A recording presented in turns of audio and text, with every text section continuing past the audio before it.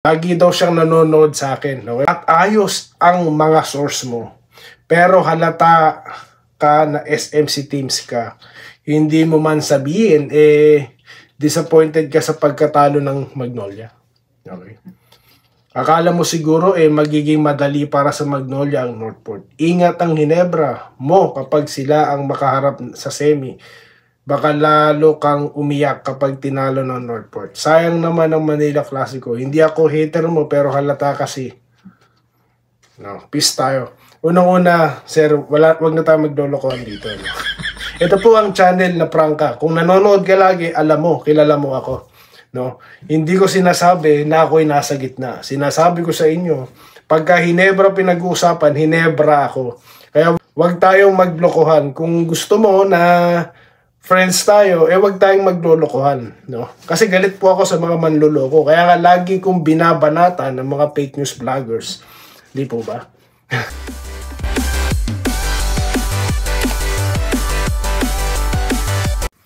Yo, what's up? Welcome back dito po sa Denrica Doy TV Sports. Well, ang ating pag-uusapan ha.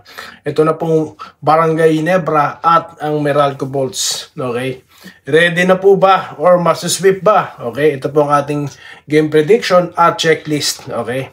At mga pa-shoutout. Okay? So, yan po ang ating pag-uusapan. Bago po yan, kung di pa po kayo subscriber ng channel na ito, subscribe na kayo guys. Okay? No, kung nagugustuhan nyo po ang ating mga komentaryo dito.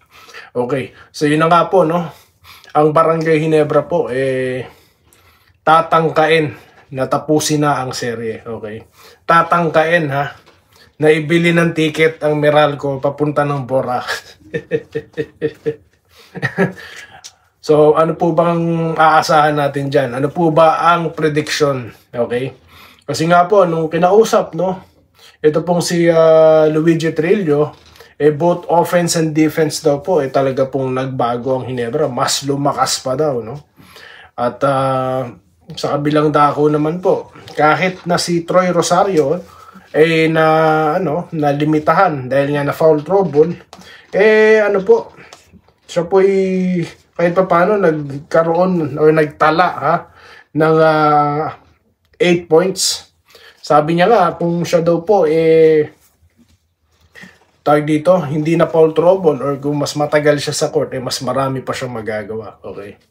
At ang mga scoring leader dyan, of course, ito ang si Thompson, Brownlee, no? Aguilar. So, at of course, si Aparientos to, yung X-Factor po talaga dito, no? At sa kabila naman po, ay itong si Newsome, no? Consistent Newsome. Si Mitchell, May 19, nakabalik na nga po. Okay, ngayon, checklist po tayo, okay? Paano po mananalo ang bawat kupunan, no? So may checklist tayo dyan. Ang number 1 na kagad dyan, aggressiveness in both ends of the floor, okay? So of course, sa Barangay Ginebra, aasahan po dyan itong si Scottie Thompson. Kung maganda pong laro ni Thompson, talaga pong nabubuhayan yung ibang mga teammates niya, hindi po ba? Pero of course, hindi po tayo dapat umasa sa isang tao, no? Dapat lahat magko-contribute, no? So lahat is aggressive. To follow na yan, okay? Yan pong ating number 1. Number 2 naman po, depensa. Okay? Sa depensa at rebounds. So nangyari po, no? Na nagkaroon ng magandang depensa at rebound at nakakatakbo. Alam naman po natin, no? Mirror yan dalawang yan, parehas ng offensive mindset, di po ba? Talagang pagkakuha ng bola, takbo, no? Every opportunity. So kapag nagawa po nila yan, sila po mananalo dyan, of course. At ang pangatlo, of course, yung execution of plays and yung tempo ng laro, no? Of course, kung mayroon ka po magandang execution, antimano, meron ka na po talagang, or control mo na yung tempo ng laro.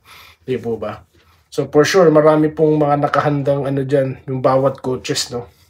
Mga tactician yan sa kabila, si consultant ni Nad, no? At ito naman, of course, si Coach Tim Con. Di po natin alam kung nakabalik na yung boses niya, ha? Abangan po natin. First game po ang Barangay ngayon, okay? Sa prediction, of course, kapag yan po nagawa ng bawat kupunan, sila pong mananalo, no? Kaya sigurado po ako, sa pagkakataong ito, hindi na po palalampasin ito ng Hinebra. Dahil mahirap na po kapag nagpantay pa ang serye. Okay? Mahirap na kapag magkaroon pa ng Game 3. Kaya sigurado tayo dyan na talagang tatangkain po ng barangay na tapusin na, Ayoko man sabihin, walisin, pero ganun po ang mangyayari pag 2-0. Di po ba sweep ang tawag doon? So, yan po ang ating prediction dyan. Okay? Shoutout na po tayo. Alam ko, ito po ang inyong inaabangan, Shoutout. At una po sa lahat, may mga bago po tayong subscribers na ako po talagang nagpapasalamat, At nako po, napakadami na po talagang nagko-komento, Kaya po, inaagahan natin ng pa-shoutout. Dito tayo kay Arman Sacho, Lagi daw siyang nanonood sa akin. Okay? Pansinin niyo yung kanyang mga sinulat dito, At ayos ang mga source mo. Pero halata ka na SMC teams ka. Hindi mo man sabihin, disappointed ka sa pagkatalo ng Magnolia. Okay? Akala mo siguro magiging madali para sa Magnolia ang Northport. Ingat ang Hinebra mo kapag sila ang makaharap sa semi. Baka lalo kang umiyak kapag tinalo ng Northport. Sayang naman ang Manila Clasico. Hindi ako hater mo pero halata kasi. Peace tayo. Unang-una, sir, wag na tayo maglolokohan dito. Ito po ang channel na prangka. Kung nanonood ka lagi, alam mo, kilala mo ako. Hindi ko sinasabi na ako'y nasa gitna. Sinasabi ko sa inyo, pagka Hinebra pinag-uusapan, Hinebra ako. Huwag tayong maglokohan. Kung gusto mo na friends tayo, huwag tayong maglolokohan. Kasi galit po ako sa mga manloloko. Kaya nga lagi kong binabanatan ng mga fake news vloggers. Di po ba? Kasi ayoko niloloko nila mga fans ng PBA. Particularly ng Barangay Hinebra. Galit ako or masama loob ko dahil natalo ang Magnolia. Sa gusto ko Magnolia manalo ano naman. Gusto ko may Manila Clasico Peace pa rin tayo, Prangka lang po talaga ako dito, At lalong umiyak. Sino po ba umiiyak? Di po ba haters lang? At wag mo nang itanggi. Yung comment na yan, alam ko na yan. Hindi tayo pinanganak yesterday. Sige, shoutout na po tayo sa mga legit talagang nanonood Di yung mga nagpapanggap. Tigilan nyo ako Carlito Protasio, ito ang laging nanonood. Kaya ng mga legit. Okay? From Malate yan. Good luck daw po sa Hinebra Gene Kings mamaya. Sabi po ni Ma'am Minerva Jaba. Ayan. Ito naman po si Roberto Niesta, idol. Kaya na hindi na po pumasok sa finals. Kayang-kaya po. Hindi lang kayang-kaya. Gerald Castillo, mataon makapasok jeans at convert sa semis, gandang laban. Yan ang gusto kong makakalaban. Sabi niya, gusto mo Magnolia para para madali lang, sabi mo Actually, kahit sino naman po ang pumasok, Kahit sino, nagjo-joke lang ako. Okay. Dito tayo kay Gerald Castillo. Di ko maunawaan sa Magnolia. Hilig nila bumulusok sa first hanggang third. Pero pag fourth, baliktad lagi mangyayari. Yun lang, Yun lang. Dito tayo kay Sam Haldos. Good morning, Lodi Doy. Balita ng isang vlogger, suspendido raw import ng Meralco. Sabi ko po sa inyo guys, nabasa ko din yun. Yan po yung talagang notorious at talaga pong makapal na mga pagmukha ng mga yun.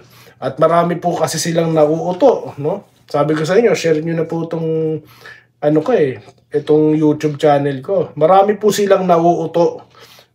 38 plus siguro, umabot na sila ng 48K, At ang dami pong subscribers nun na nauuto or nagpapauto sa mga gimmick ng vlogger na yun, wala po tayong magagawa. The more na maraming willing magpaloko, mamamayagpag yung mga yan, Nabasa na nila, pinapanood pa rin. May mga ganun po, wala na tayong magagawa dyan. Kaya po share nyo na to, Yung Ranger yan, di ba?